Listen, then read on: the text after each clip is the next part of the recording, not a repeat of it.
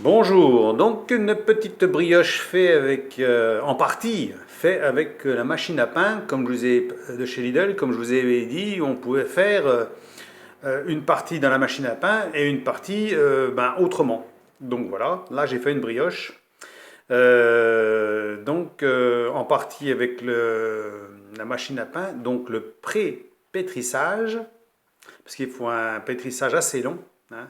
Donc un pré-pétrissage, il y a une fonction pétrissage directe sur la machine à pain pendant 10 minutes, ce qui permet de mélanger les ingrédients, hein. Ça peut être déjà un bon mélange, un pré-pétrissage, je vais y arriver à le dire.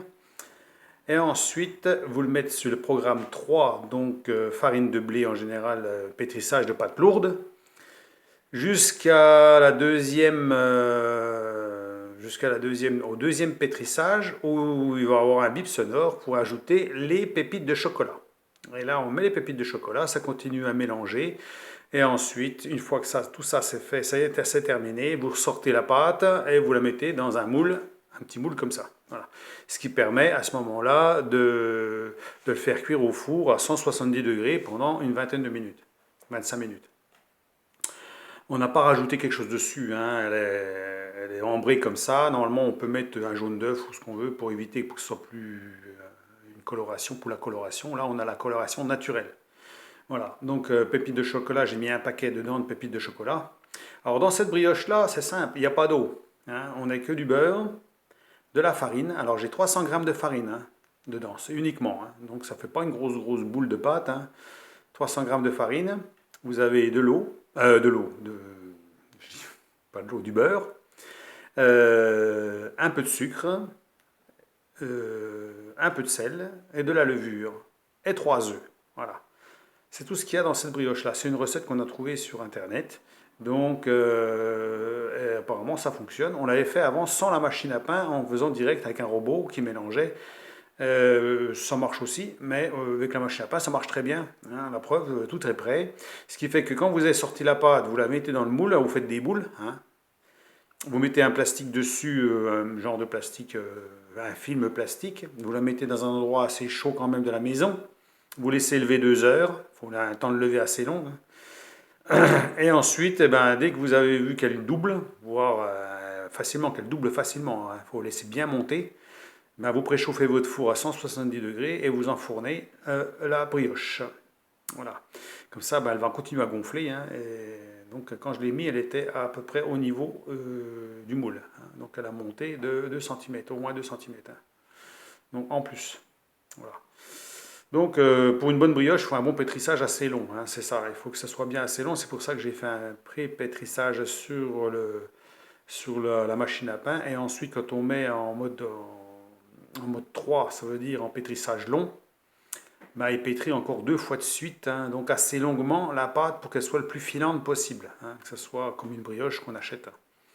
Donc voilà, donc c'est pour vous dire qu'on peut faire des trucs séparément, hein. On pourrait faire du pain comme ça aussi avec des moules, comme je vous ai expliqué, des moules en forme de demi-cuvette. Vous sortez la pâte, vous faites vos demi-baguettes à la main, roulées à la main, et ensuite vous les mettez dessus, vous laissez gonfler, un coup de lame dessus pour couper comme le pain, comme les boulangers font, hein, scarifier le pain, hein.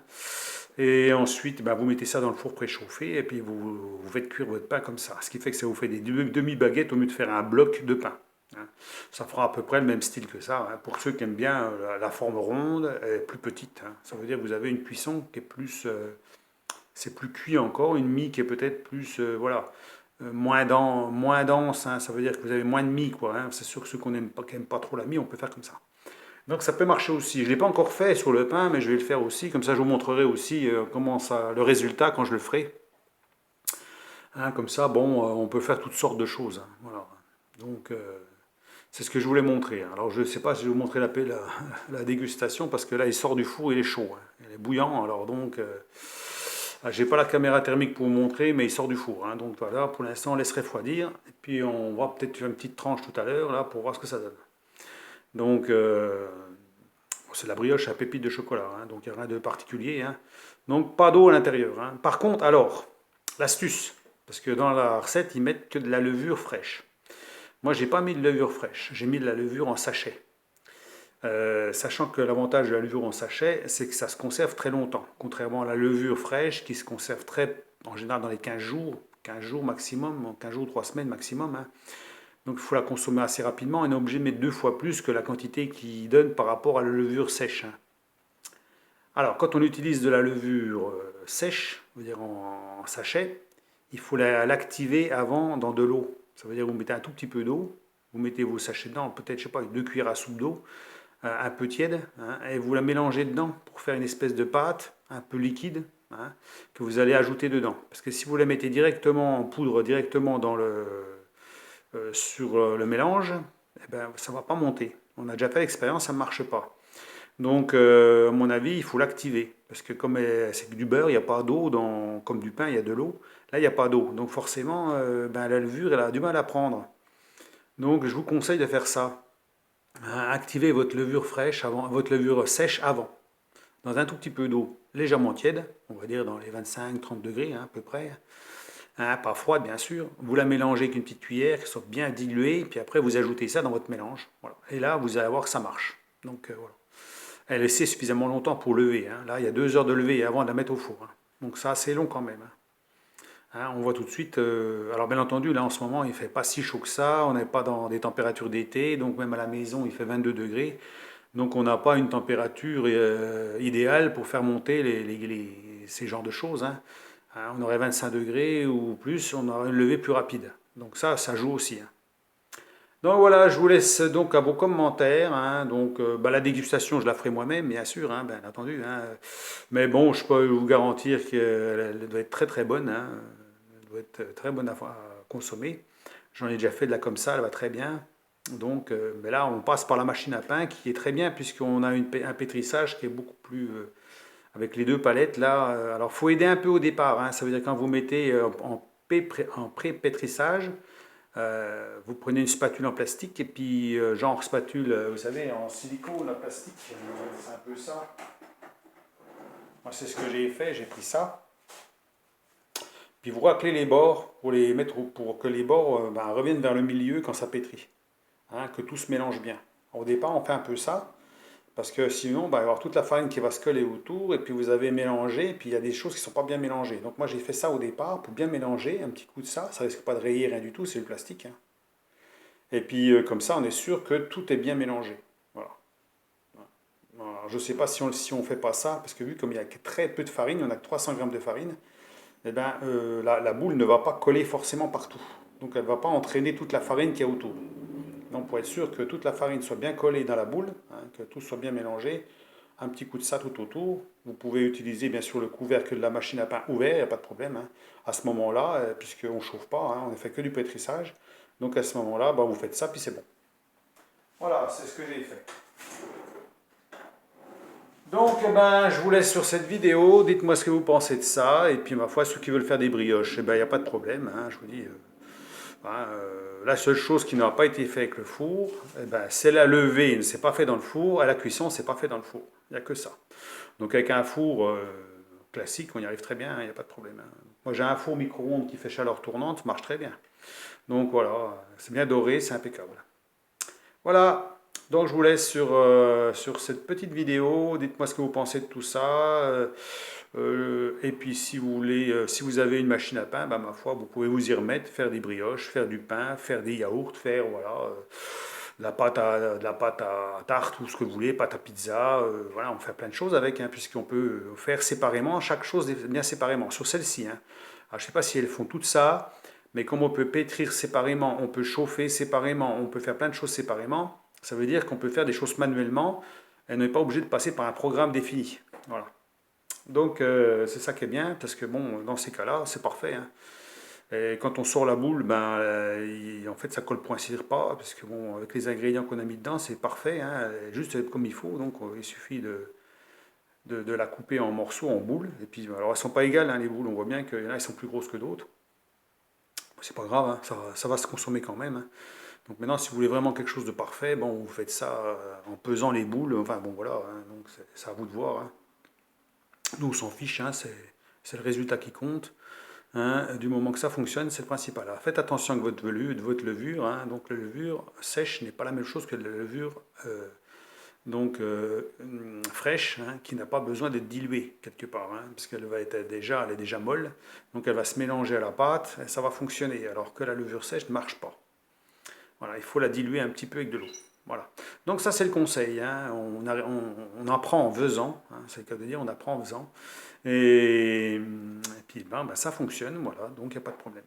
Voilà, c'est pas pour faire de la publicité pour la machine à pain, mais ceux qui en ont et puis peut-être qui s'en servent plus parce qu'ils n'ont pas trop envie de s'en servir ou parce qu'ils en ont marre, peut-être que c'est trop compliqué, mais en fait c'est pas compliqué du tout, hein. Il suffit d'avoir les ingrédients sur une liste, hein, puis vous suivez la liste, tac tac tac, vous mettez les ingrédients comme il faut et puis voilà, c'est parti, hein. Après, bon, il y a pas de, c'est pas vraiment compliqué, hein. Même le pain, maintenant, je le fais de tête, hein. Je fais toujours la même chose, hein. Alors, bien attention avec le pain, comme j'ai expliqué, le pain, la farine, en fonction de la farine, il y aura une quantité d'eau bien spécifique, hein. On ne peut pas mettre la quantité d'eau toujours la même chose par rapport à la quantité de farine, hein. Si vous avez une farine qui est plus ou moins, on va dire qu'une granuleur, vous passez de la 45 à la 55 à la 65. Bon, vous avez des farines qui sont, on leur demande plus d'eau en fait, hein. Sinon, vous allez faire une boule compacte trop dure et vous n'aurez pas le même résultat. Donc, il faut quand même que la pâte soit collante, hein. On ne dit pas trop collante non plus, mais il faut qu'elle soit collante. Sinon, ça ne marche pas. Enfin, ça marche, mais vous allez avoir un pain qui est un peu plat et puis une mie qui est un peu trop serrée, hein. Donc, c'est pas l'idéal. Il faut quand même qu'elle soit plus humide, mais pas trop non plus, parce que si vous mettez trop d'eau, elle va gonfler, à un moment donné, elle va se dégonfler. Et vous aurez un pain qui va faire un peu ça. Donc en faisant, on y arrive, hein. Donc on voit à peu près. Alors moi, je fais la même chose, hein. On peut faire un pré-pétrissage avec le pain, par exemple. Regardez si votre mélange est bien fait. Et si le mélange est bien fait, à ce moment-là, vous mettez le programme en route et puis c'est bon. Voilà. Et puis s'il n'est pas bien fait, vous rajoutez de l'eau. Voilà. Par contre, si vous avez mis trop d'eau, après, il faut remettre un peu de farine, bien sûr, hein, légèrement de farine pour éviter que ça soit trop collant, hein, attention. Alors laissez bien quand même le mélange se faire, hein, parce qu'au début, on a l'impression que c'est trop sec. Mais en se mélangeant, ça devient plus collant. Donc attendez quand même suffisamment longtemps, hein. De toute façon, le programme, c'est 10 minutes de pré-pétrissage. Et là, on a le temps de voir s'il faut remettre un peu d'eau ou pas. Voilà, donc ça permet de savoir, avec ce type de farine que vous allez utiliser, combien d'eau. Et après, vous pouvez savoir la prochaine fois qu'il faut mettre tant d'eau par rapport à la farine, puisque vous allez utiliser la même farine. Mais si vous essayez plein de types de farine, vous allez voir que vous n'avez pas forcément le même résultat. C'est ce que j'ai constaté, hein. Donc si vous voulez avoir un bon résultat, comme j'ai montré il n'y a pas longtemps en vidéo, pour 500 grammes, vous avez un beau petit pain quand même assez bien gonflé, avec une mie qui est bien souple, bien, voilà, qui n'est pas trop serrée. Il faut qu'il y ait assez d'eau dedans, hein. S'il n'y a pas assez d'eau, on a une mie qui est serrée. Voilà. Ce qui est logique, hein. Donc voilà. Donc ce coup-là, je vous laisse et puis dites-moi ce que vous pensez de tout ça, de ces petits conseils, hein, puisque moi, bon, c'est une machine à pain, c'est pas la première que j'ai, hein, c'est la deuxième. La première, je l'ai usée, hein. Je l'ai usée tellement que je l'ai utilisée, puis j'ai pas voulu en racheter une autre parce que bon, à ce moment-là, vu le prix, tout ça, on s'est dit, c'est pas la peine, hein, tant pis, hein. Et du coup, vu les prix qu'ils font chez Lidl, c'est intéressant de l'acheter. Voilà, donc je vais aussi user celle-là, il y a des chances, hein. Après, on verra si on en rachète une autre ou pas. Mais en attendant, elle tourne, hein. Elle tourne toutes les semaines à plein régime, on va dire, hein. Donc là, demain, je vais encore faire des yaourts avec une douzaine de yaourts.